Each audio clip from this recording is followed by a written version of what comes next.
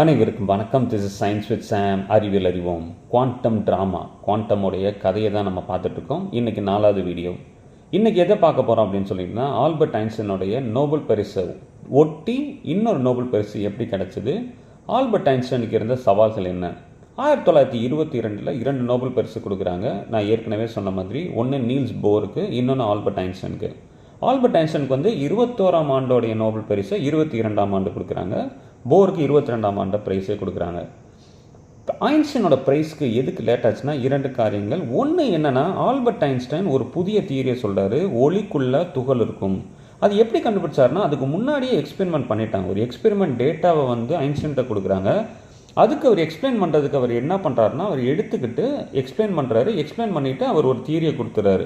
ஒளிக்குள்ளே ஒரு துகள் இருக்குது, அந்த துகள் பேர் ஃபோட்டான். ஃபோட்டானுக்கு இவ்வளவு கைனடிக் எனர்ஜி இருக்கணும், நீங்கள் இவ்வளோ ஆற்றல் கொடுத்தீங்கன்னா அதுலேருந்து இவ்வளோ கைனடிக் எனர்ஜியை நீங்கள் கண்டுபிடிக்கலாம் அப்படின்னு சொல்லிடுறாரு. ஆனால் அவருடைய கோட்பாட்டை எல்லாருமே ஏற்றுக்கல. அந்த கோட்பாட்டை செயல்முறையில் எக்ஸ்பெரிமெண்டலாக ப்ரூவ் பண்ணுறதுக்கு சில எக்ஸ்பெரிமெண்ட்ஸ் நடக்கலை. அப்போ இவர் என்ன பண்ணுறாருன்னா, 1921 அவர் ஆரம்பத்திலேயே ரொம்ப வருஷமாக அவர் ட்ரை பண்ணி சில பேர் அவர் காண்டாக்ட் பண்ணுறாரு. இந்த மாதிரி என்னோட தியரி இருக்குது, என்னுடைய கோட்பாடு இருக்குது, இந்த கோட்பாடுக்கு எக்ஸ்பெரிமெண்ட்லாம் எப்படி பண்ணுறது அப்படின்னு சொல்லிட்டு 2 முக்கியமான நபர்கள் காண்டாக்ட் பண்ணவர். யாருன்னு பார்த்தீங்கன்னா, ஒன்று லோரன்ஸ் வந்து மேத்தமெட்டிக்ஸில் ரொம்ப பெரிய ஆள். லோரன்ஸ் டிரான்ஸ்ஃபர்மேஷன்லாம் கேள்விப்பட்டீங்க. இன்னொன்று வந்து பால் எரன்ஃபெஸ்ட். லோரன்ஸ் வந்து எப்படி ஐன்ஸ்டைனுக்கு ஒரு முக்கிய பங்காற்றினார்னா, அவர் மேக்ஸில் ரொம்ப ஜீனியஸ். அந்த மேக்ஸை பார்த்து ஐன்ஸ்டைனே பிரமிப்பாக இருந்திருக்காரு. அது மாத்திரம் இல்லை, ஒரு ரொம்ப சிறந்த மனிதர். ஐன்ஸ்டைன் வந்து லோரன்ஸை பற்றி சொல்லும்போது, நான் சந்தித்த மனிதர்கள்லேயே ஒரு சிறந்த மனிதர் அப்படின்னு சொன்னவர் யாரும் பார்த்தீங்கன்னா லோரன்ஸ். அந்த அளவுக்கு அவர் பர்சனாலிட்டி வைஸுமே ரொம்ப நல்ல நண்பர், நல்ல ஒரு உயர்ந்தவர். அவர் வந்து சீனியர் ஆக்சுவலாக. அவர் 1912 அவர் வந்து அந்த லைடன் ஒரு பல்கலைக்கழகத்தில் அவருடைய பேராசிரியர் பட்டம் முடியுது. அவருடைய வேலையை ரிட்டையர் ஆகிறாரு. ரிட்டையர்ட் ஆகும்போது அதுக்கு பதிலாக ஐன்ஸ்டைனை தான் கொண்டு வரணும்னு எனக்கு விருப்பம். லோரன்ஸ் வந்து 1912 அப்போ. ஆனால் ஐன்ஸ்டைன் என்னென்னா, அப்பயே வந்து ஜூரிக்கில் போய் சேர்ந்துறாரு, ஒரு வாத்தியாராக சேர்ந்துறாரு. அப்போ வந்து லோரன்ஸ்க்கு ஐன்ஸ்டைனை கூப்பிட முடியல. அப்போ வந்து லோரன்ஸ்க்கு ஒரு பெரிய வருத்தம், ஐன்ஸ்டைனுக்கு ஒரு வருத்தம். ஏன்னா லோரன்ஸ் கூப்பிட்டுமே நம்மளால் போக முடியலையே அப்படின்னு சொல்லிட்டு இவங்க வந்து லைடன், நெதர்லாண்ட்ஸில் இருக்க லைடன் பல்கலைக்கழகத்தில் பேராசிரியர் இருந்தாங்க. இந்த டயத்தில் என்ன பண்ணாருன்னா, ஐன்ஸ்டைனுக்கு பதிலாக யாரை எடுக்கலாம் அப்படின்னு சொல்லிட்டு செலக்ட் ஆனது தான் பார்த்தீங்கன்னா பால் எரன்ஃபெஸ்ட். பால் எரன்ஃபெஸ்ட் பார்த்தீங்கன்னா ஒரு நல்ல தியரிட்டிக்கல் ஃபிசிசிஸ்ட், ஒரு யூத மதத்தை சேர்ந்தவர், நாத்திகரான, அவர் கடவுள் நம்பிக்கை கிடையாது. அவர் வந்து ஒரு ரஷ்ய பெண்மணியை அவர் மணந்துட்டு அவர் ரஷ்யாவில் போய் வேலை பார்க்குறாரு, சென்ட் பீட்டர்ஸ்பர்க்கில். அவருக்கு பெரிய வாத்தியார் ஆகணும்லாம் விருப்பம் இல்லை. அவருக்கே ஒரு பெரிய நம்ம வாத்தியாராகி பெரிய சாதிச்சிடும் அப்படின்னு பெரிய நம்பிக்கை இல்லை. ஆனால் அவர் வந்து வெரி ஓப்பன். அவர் வந்து பியூர் மேத்தமெட்டிக்ஸ் இல்லாமல் ஃபிசிக்ஸும் இருக்கிறதுனால அவர் 2 கான்செப்ட்டுமே ஏற்றுக்கிறக்கூடிய ஒரு பக்குவம் நிறைந்தால். அதனால் லோரன்ஸ் வந்து இவர் மேத்தமெட்டிக்ஸ்க்கும் ஃபிசிக்ஸ்க்கும் கொஞ்சம் நல்லா செட் ஆவார்னு சொல்லிட்டு எரன்ஃபெஸ்ட்டை வந்து லோரன்ஸ் வந்து அவருடைய பல்கலைக்கழகத்துக்கு எடுக்கிறார். இப்போ இந்த 2 பேருமே இருக்காங்க. யார்? லோரன்ஸு, இன்னொன்று வந்து எரன்ஃபெஸ்ட். 2 பேருமே லைடன் பல்கலைக்கழகத்தில் வேலை பார்க்குறாங்க. அப்போ போய் ஐன்ஸ்டைன் வந்து கேட்குறாரு, இந்த மாதிரி எனக்கு ஒரு எக்ஸ்பெரிமெண்ட் பண்ணணும்னு ஆசை. என்னோட எக்ஸ்பெரிமெண்ட் பிரகாரம் எக்ஸ்பெரிமெண்டலி நான் சொன்னது ஒளிக்குள்ளே ஒரு துகள் இருக்குன்னு நான் நிரூபிக்கணும் அப்படின்னு சொல்கிறாரு. அப்போ வந்து லோரன்ஸ் சொல்கிறாரு, எனக்கு வந்து உன்னோட ஒளி துகள் மேலேயே எனக்கு அதிக நம்பிக்கை இல்லை. நான் அதை தப்புன்னு சொல்ல வரல, எனக்கு அது சரியாக விளங்கலை. நீ என்ன சொல்கிற? ஒரு ஃபோட்டானுக்கு வந்து ஆற்றல் இருக்கும், அது இன்டிசர்னபிள் எனர்ஜி, அது வந்து ஒரு கண்டுபிடிக்க முடியாத ஒரு ஆற்றல் அப்படின்னு நீ சொல்கிற. கண்டுபிடிக்க முடியாத ஒரு ஆற்றல் எப்படி நீ வந்து கண்டுபிடிக்க முடியும்? ஏன்னா இந்த ஃபோட்டானோட எனர்ஜி நீங்கள் கால்குலேட் பண்ணிங்கன்னா ரொம்ப கம்மியாக வரும், ஒரு சிங்கிள் ஃபோட்டானோட எனர்ஜி. அது கண்டுபிடிக்கிறது ரொம்ப கஷ்டம் அப்படின்னு சொல்கிறாரு. அப்போ வந்து என்ன சொல்கிறார், ஒரு மாதிரி கோஸ்ட் வேவ், நீ வந்து ஒளியோட அலைப்பண்பை நீ நிராகரிச்சுட்டு ஒளியோடைய துகள் பண்பை நீ கொண்டு வர, அந்த துகள் பண்பை கண்டுபிடிக்க முடியாத ஆற்றல்லேருந்து நீ கொண்டு வர. அதனால் எனக்கு அதில் எனக்கு நம்பிக்கை இல்லை. அதனால் ஒருவேளை எக்ஸ்பெரிமெண்ட் நீ பண்ணேன்னா கூட அந்த எக்ஸ்பெரிமெண்ட் உன்னுடைய கோட்பாட்டை நிரூபிக்குமான்னு எனக்கு தெரியலை அப்படின்னு சொல்லிட்டு லோரன்ஸ் சொல்கிறார். அதுக்கப்புறம் எரன்ஃபெஸ்ட்டை கேட்கும்போது எரன்ஃபெஸ்ட்டு இதே தான் சொல்கிறாரு, நீ கண்டினியூ பண்ணு, நீ உன்னோட முயற்சியை கைவிடாத, ஆனால் எனக்கு அந்த மாதிரி எக்ஸ்பெரிமெண்ட் பண்ண முடியுமா, அது பண்ண முடியாத நம்பிக்கை இல்லை. அப்போ என்ன பண்ணுறாருன்னா, ஐன்ஸ்டைன் வந்து நல்ல எக்ஸ்பெரிமெண்ட் பண்ணுறவங்கள்ட்ட சில பேர்ட்ட அப்ரோச் பண்ணுறாரு.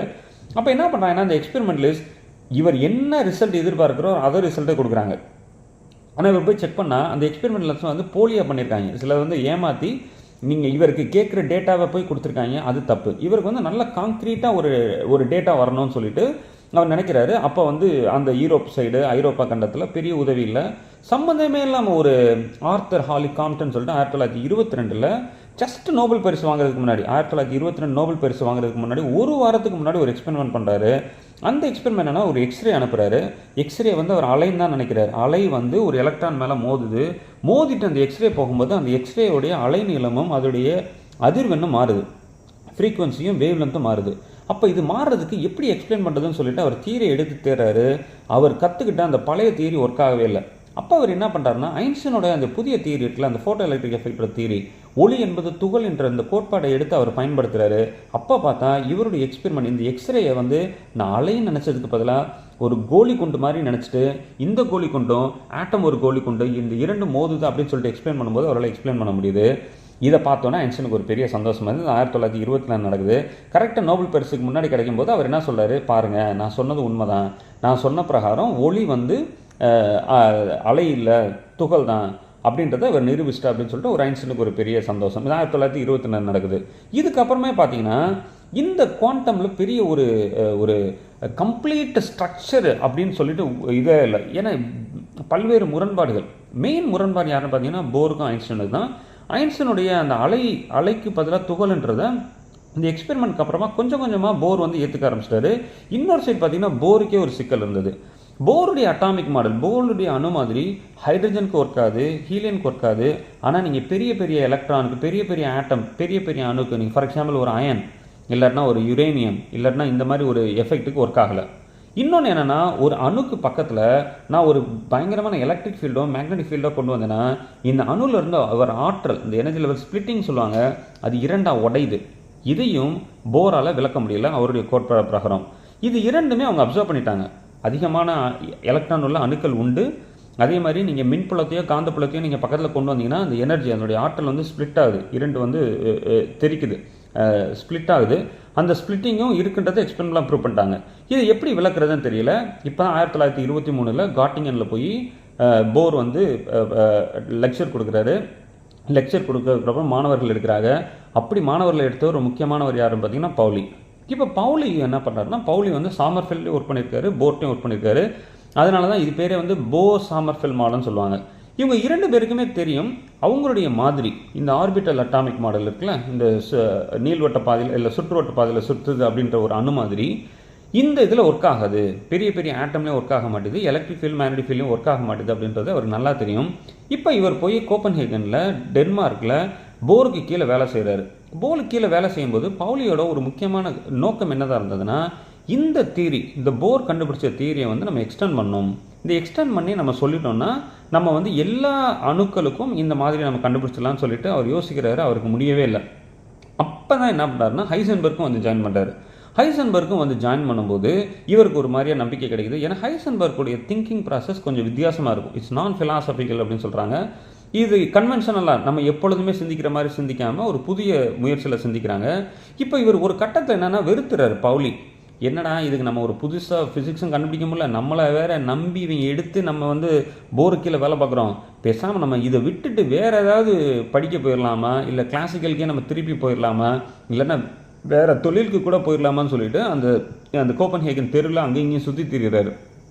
அந்த டயத்தில் ஹைசன்பர்க்கு உள்ளே வந்து இவங்க இரண்டு பேரும் டிஸ்கஸ் பண்ணும்போது அப்போ பவுலிக்கு இன்னொரு புதிய தாட் உருவாகுது.